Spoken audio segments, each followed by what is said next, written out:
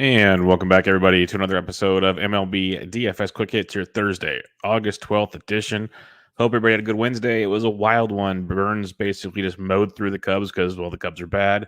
Manoah looked good. Montas was fine. Gosselin was shaky, but still put up points. Pitching was good. Pitching was very good. And then he had the bats. We said game stack Boston, Tampa Bay. It went off. Boston really went off. 20 runs, 28 final. Mainly all Boston in that one, though. That's for darn sure. A few other ones there. You got the Giants are putting up some runs against Merrill Kelly in that offense. The Dodgers woke up late. That was a weird deal. Like, they didn't start Gibson. They started Gibson, but I said enjoy Belly while he's cheap. He's on a hot streak. He double donged for you. Brandon Lau went deep. We had a lot of guys. Santander went deep. It was a good day. Good day for the chats. So I hope you guys did well on that one. I'm on Twitter at BDentric. If you have any questions, find me there or in the Fantasy DGen Slack chat. It is free. Just give me your email. I'll put you up in there. My written content on Thursday at RotoBaller.com is the free DraftKings article. So check that out. I'll have you covered there as well. Last but not least, give a rate and review on iTunes for MLB DFS Quick Hits. I would truly appreciate it. And check out Benched with Bubba for your season-long fantasy baseball content. I do episodes Tuesdays and Thursdays. Tuesdays 2 nights ago. Benched with Bubba episode 392 with Batflip Crazy, as usual, on Tuesdays. And then on Thursday, I'll be recording with Sarah Sanchez of Fangraphs. So that'll be a fun one as well. So come check out all that good stuff. And lastly, check out prizepicks.com. Download the app. It is a great way to mix his DFS with prop bets. And we've been crushing it in the Fantasy DGen Slack chat. So have some fun there. Use promo code Bubba when you create your account. You'll get a first-time deposit bonus up to $100. All right, everybody. Weird slate on Thursday. When it comes to DK, you have a 3-game evening slate that starts at about 9:38 Eastern time. So you got that going for you. And so we're going to cover the main slate, which is an 8-game early slate that starts at 12:10 Eastern. And the first game is a game one of a doubleheader between Washington and New York. So it is a very, very ugly slate. And when you look at FanDuel, they have like a 4-game, a 5-game, and a 4-game. They're spread out all over the place. DK, if you want to play the Field of Dreams game that faces Lance Lynn versus Andrew Heaney, you got to play like a showdown or another weird small slate. So that stinks. It's just a weird slate. If you need questions for the late action, I'll be in the Slack chat to help you out there. But the other bummer is the 3-game late slate. 5 of the 6 pitchers are like aces that I would use on any other slate, and they're all on one slate getting wasted. Like, could they wait till Friday for those games? That would be awesome. But I digress. We have an 8-game early slate. We'll be in and out of here to break it down for you. Leading off things with Brandon Woodruff, 10-2 at the Chicago Cubs. We just saw what Burns did. Woodruff should mow through this Cubs team. He struck out 6 or more in 4 straight innings, or 4 straight games. 6 or more innings pitched essentially in 8 of his last 10 games. He's a 20-point pitching machine. Barring some fluky thing, he should just absolutely destroy the Chicago Cubs. The team was striking out over 30% of the time of late versus right-handed pitching, and we saw what happened last on Wednesday night. So don't have to go too deep into this one. Corbin Burns, 10-2, outstanding. Chris Bassett at 10K at Cleveland's a great pivot off of Woodruff because Woodruff's going to be very, very popular, but Bassett is a beast. He's a favorite of the show. He's got 20-plus points in 4 of his last 5 starts, 7 innings in each of those starts, 3 earned runs or less in each of those starts, and he struck out 6 or more in 3 of 4 of those starts, but he struck out 6 or more in 4 straight starts. So Bassett's been outstanding. This is what Chris Bassett does. Cleveland's been pesky this week, man. Castillo had a rough one. Manaea had a rough one. Montas was good enough. He gave him a couple runs. You got the strikeout, still got you 20-plus points. That's what you're looking for night in and night out. So I still like Bassett quite a bit on this one. Cleveland striking out over 25% of the time versus right-handed pitching, hitting 239 with an 87 WRC+. So Bassett at 10K is outstanding. Great pivot off of Woodruff at 10-2. It's just going to be really, really hard to not play Woodruff at 10-2. I believe Woodruff's 99 on FanDuel. It's going to be hard to pass up, folks. Kyle Hendrix is 96 against the Milwaukee Brewers, a very good offense. You can use Woodruff, that's fine. I'd rather have Hendrix. I'd rather have Bassett or Woodruff. So you can go to Hendrix if you want. I think Hendrix is more of a FanDuel play if you want to save some cash. He's 88 on FanDuel, usually, quote-unquote, usually, really good for at least a quality start, if not more. We'll see. This Milwaukee offense is good. But getaway day, Narvaez had a monster, like 30-point game on Wednesday. Probably gets a day off. We'll see who else gets a day off on Wednesday. So it could make Hendrix thing look a little nicer, but I'd still rather have Bassett or Woodruff on DK. But FanDuel Hendrix is quite intriguing at 88. Tanner Houck at 87, I would be a big fan of. He's just not stretched out enough. So that's a tough one for me. I'm going to pass on that, and hopefully they stretch him out so we can use him as the season goes on. Eli Morgan's intriguing. He's 85 on DK. He's only 68 on FanDuel. On FanDuel, much more in play. I can't play 85 for Eli Morgan on DK, but he's put together a couple of really good starts in a row here. 6 innings and 7 innings, 2 earned runs in both starts, 3 Ks and 9 Ks. The Ks are the issue for him. Can he strike guys out? That's where he's at. He 88 and 92 pitches, so he's stretched out. I'd rather have him on FanDuel if you want to go really YOLO with your pitching. It's really YOLO. Like, you don't have to.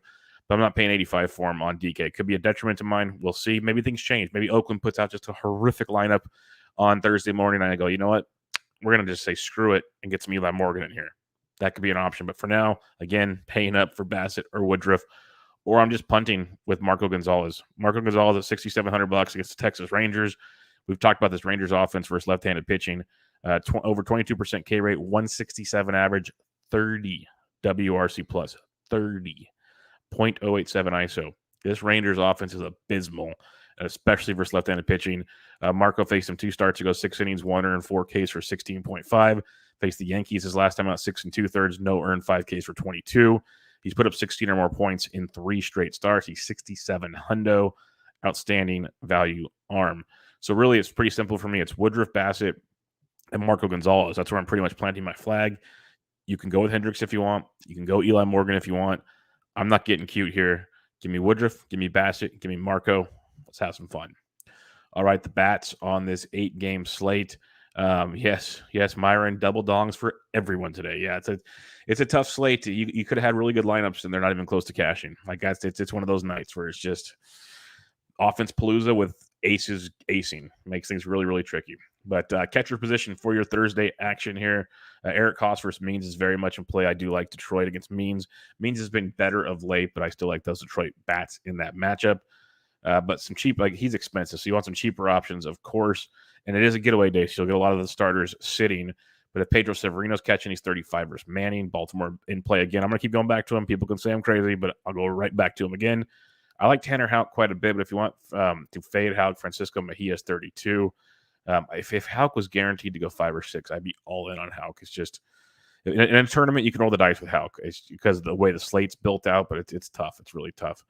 Other than that, like, if Grayson Griner gets to start for Detroit, he's 25 versus Means. He definitely wouldn't be shocked if he gets to start in that game as some value, but I would see what the lineups push up. Maybe Connor Wong gets to start for Boston. He came in late. He's 2,100 for Boston. So see what the lineups spit out. You're going to get some value at catcher. Be a great way to be able to get some more expensive bats and getting some other expensive arms as well. But I'd like to hear that, Myron. Get that late slate money, buddy. Get that late slate money. I'm talking to Myron because you can check me live streaming the show on the RotoBaller YouTube channel. Then you can watch it there later on record anytime you want. But you can jump in here and ask me questions. As long as I'm recording, I'll jump in and talk to you. But maybe I'll wait till the end. But Myron's right there. So checking it out. Thanks, buddy. First base position for you on this Thursday. Matty Olson versus Morgan at 55. Always tournament viable. I want to attack Brubaker, but the Cardinals have been so bad. So tough to really go there. But Trey Mancini at 47. I like Jonathan Scope at 46 going up against Means. Keep riding Cody Bellinger. Suarez will pitch for 3 or 4 innings, and they'll go to the Philadelphia bullpen. Belly's still 4,400. He's first base outfield. I mentioned the double dong. So he's definitely someone you can jump on. Again, get him while he's cheap. Enjoy it while you can. Going down cheaper below 4K, though. Like, Josh Bell's 37. Only a 7-inning game, though, so keep that in mind. But it's interesting at 37 if you want to take some chances. Ty France 35 versus Fulte. Will be all over Seattle yet again. I know they let us down more often than not, but when they go off at basically no ownership. It's the tournament mentality. So Ty France at 35. Miggy Cabrera at 34, hit number 499 on Wednesday night. So going for 500 against Means. I like that one quite a bit. Going down farther, though, Brad Miller against White. He should get the start there with no Rhys Hoskins. So Miller's 3,200. Really good value. I like a little Philadelphia action in that game. White's going to be the long man for the Dodgers, and then a lot of bullpen. And they've been using a lot of bullpen lately, so it's going to be pretty beat up over there. So Brad Miller could be a good one at 32 with some other Philadelphia bats. Other than that, you got to check your lineups. You might get like Albert Pujols, 2,500 if you want to go with LA. I'm not looking to get a massive Dodgers stack, but he'll probably get the start in that game. Nagowski at Pittsburgh at 2K versus LeBlanc. Really not looking at fading LeBlanc a ton, but if you need a super punt, you can go that way as well. Second base position, if you want to go Muncy, you can at 57. I believe he double-donged on Tuesday. You got Brandon Lau. I told you he loves facing righties, and Eovaldi's a guy to attack. Lau went deep. Not as excited to fade Tanner Houck, but in tournaments, Lau got a discount. He's down to $4,900 on Thursday. Houck's going to go 4 or 5 innings. You're going to get a lot of Boston bullpen. So Brandon Lau at 49, definitely tournament viable yet again. Boston stack is very much in play. Kiki Hernandez at 44 at a monster Wednesday. Obviously, a lot versus a lefty. We got a righty starting, but there'll be a lot of Tampa Bay bullpen as well. So Kiki at 44 is not too shabby. Colton Wong at 41 if you're fading Hendrix. But Gene Segura at 4K, a part of your Philly stacks like that. Abraham Toro's only 38 against Seattle, super cheap. So you can get some nice little Seattle stack to kind of even out some of the prices. It's very, very nice. Tommy Edmonds, 33, nice value. It stinks he was batting 8th on Wednesday. Put him back towards the top of the order, please, St. Louis. That'd help a ton. But Edmond at 33 does bring you some nice value going up against Brubaker, who just has not had it since early in the year. And then Hoy Park, if you want to, at 23, leading off for Pittsburgh, going up against LeBlanc. I'm not sure I'm going to need to go there, but you can if you have to. Third base position, J-Ram's always in play, but I'm not looking to target against Bassett. You got Devers at 55. I think it's a good one, especially after everyone saw Renfroe and Kiki and Bogarts go off. Just let Devers walk in and go deep. That'd be fun. So Devers at 55 would be a really nice play as well. Kyle Seeger at 44. You guys should know by now, I love Kyle Seeger in these bad matchups, especially against guys like Fulte, who lefties just destroy. Candelario continues to rake. He's 41 versus Means. It's a very, very nice spot for the Candyman and your Detroit stacks against John Means. Going down cheaper, though, you know, Maikel Franco at 28. He's just like, that's if you're looking to get really different with your builds, you go Franco. I'm not looking to go there just yet, but I get it. And then Yanni Hernandez of Texas. He's hitting second, lots of speed, not a ton of power, but a speed machine. He's 0 for so far on Wednesday as I record, like in the 6th or 7th. But he's coming off of 12 or more points in 2 of his last 3 games. Steals bags, multi-hit games. It's second, 2,200. If you're not using Marco Gonzalez, Yanni Hernandez is a nice value. Like, he's a value I can get behind compared to some of the other guys. Shortstop position, I guess keep using Willie Adames, but Trey Turner at 6K is not bad if you need to, but you can save 700 to Willie, or you can save 800 to go to Xander Bogaerts. Both great plays. That's probably where I'd lean in those matchups instead of Trey Turner. Going down even farther, though, Wander Franco's starting to get going. He's 4,800. If you're looking to attack Houck, I could see it. Not running to do that, but I can see it. Some cheaper options, though. Paul DeJong again at 37. Had another nice 2-run double on Wednesday, so he's starting to produce as well. Zach Short's back up with Detroit. He's 35. JP Crawford's 36. He's had a rough go of late, but if you're going all in on Seattle, Crawford's leading off. Left-handed bat versus Fulte. Makes sense. I get it. Didi Gregorius has been really bad, but if you want to get crazy with your Philly stack, he's 3K. Nice savings with some upside. Kevin Newman of Pittsburgh's 26. Jorge Mateo is a very good value in your Baltimore stacks. He's $2,400. Outfield shortstop eligible. He's averaging over 7 points per game in his last 10. 5, 9, 12, and 13 in his last 4 going in to Wednesday night. I think he got on base at least once on Wednesday, but he's bring speed, a little bit of power. Bottom of the order to kind of wrap it around with your Mullins and company. So Jorge Mateo at 24 is a nice value in your Baltimore stacks. Outfield position, Starling Marte stole another bag on Wednesday. No, this is not a recording. He just did it again. Juan Soto at 56. I like even on a short slate. He is in play, but Bryce Harper is probably one of my favorite pay-up spots. He's 5,400. Love him to go deep on Thursday. Big fan of Bryce at 54. Going cheaper, though, JD Martinez, 47. Love said Mullins at 46. I'll be all in on Baltimore versus Matt Manning. Hopefully he doesn't have one of his like 1 in 5 attempts to be good moments. But said Mullins at 46. Mitch Haniger's heating up. He's 45, and most will go lefties versus Fulte. Slide in some Mitch Haniger and enjoy that. Bellinger's 44. Rosarena's 44, and he's been super productive. I think he got you like 7 or 8 points on Wednesday. Prior to that, 4 straight double-digit games. Dude's hitting really well. So 4,400 for a Rosarena could be a nice sneakier play because I don't think he'll be that popular versus Tanner Houck. Brian Reynolds at 38 is a good upside play. Robbie Grossman at 37, like that in your stacks against Means. No problem going back to Renfroe. We love Renfroe versus lefties more so than righties, so I'm not as pumped for him on Thursday. But he's hitting everything right now. He even he took a righty deep on Tuesday, I think it was. So 3,700, you can go there. McCutchen is back from the IL. He's only 36. Really nice value in that matchup. So give him a peek. Rafael Ortega at 32. You can still use him versus Woodruff. Really sucked they pulled him out of the game. Odubel Herrera, hopefully leading off for Philadelphia at 32, is a nice value. You got Jake Fraley at 32 for a cheap Seattle play. Dylan Carlson's still too cheap at 31, leading off for St. Louis versus Brubaker. So he's another one to go target. And then going below 3K now, you got Austin Hayes at 27, still like that. Santander's up to 26. He's one of my favorite values, period. I loved him on Wednesday at 2,300. If you guys follow me on Twitter, I tweeted out a deal. If you read my values article, premium values article at RotoBaller, if you're a premium member there, he was in my values article. The dude is crushing it right now. And it was a great matchup for him. It'll be a great matchup for him again on Thursday. Switch hitting Santander. So ride him while he's hot at 2,600. Other than that, Jorge Mateo, mentioned him at 24. He's shortstop outfield eligible. You got Hoy Park. DJ Stewart probably gets to start for Baltimore. He's 23. He did not start on Wednesday, but he went deep on Tuesday. Other than that, he's been really cold, like ice cold. But when he goes off, he goes big. So that's one of those kind of tournament plays if you want to be quite different in your build. Seth Brown's a nice contrarian Oakland play at 23. Jared Kalenic at 23. So as usual, the outfield has a lot of options down here. Yadiel Hernandez is only 2,100, 7-inning game for Washington, but you get Yadiel at 2,100. That's a great value. That's a really good value. I know it's only 7 innings. I get it. That's still extreme value. Put up 13 points his last time out. He steals bags.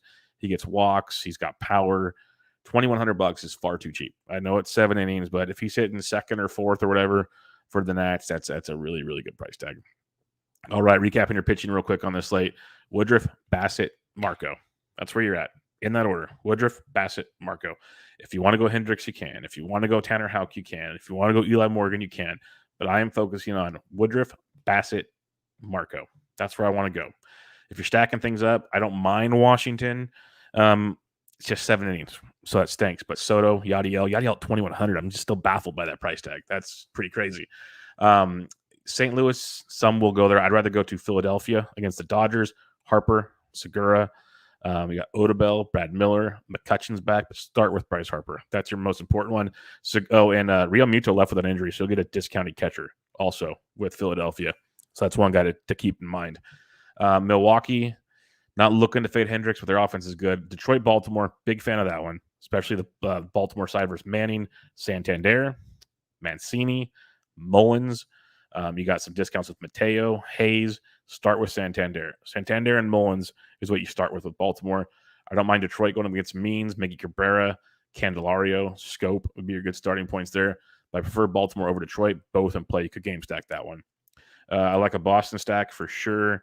Devers in a prime spot, but you can mix and match some other pieces. Duran's cheap if you need them, but Devers with some like Renfroe, Kiki, Bogarts, stuff like that as usual.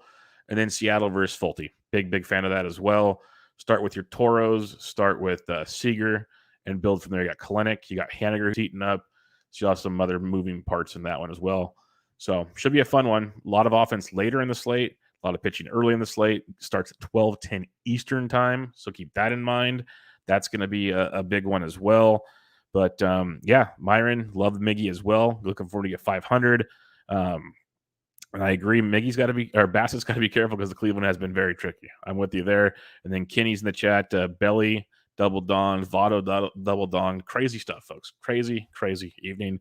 I think Thursday is going to be a wild one. So you got the early slate. You got the Field of Dreams game in the afternoon or early evening, whichever you have. And then you have like a 3-game late slate with 5 like aces going on the mound. So 5 out of the 6 pitchers. That's going to be a wild one. If you have any questions, I'm on Twitter at BDentric. Join me in the free fantasy DJ Slack chat to help you guys out over there.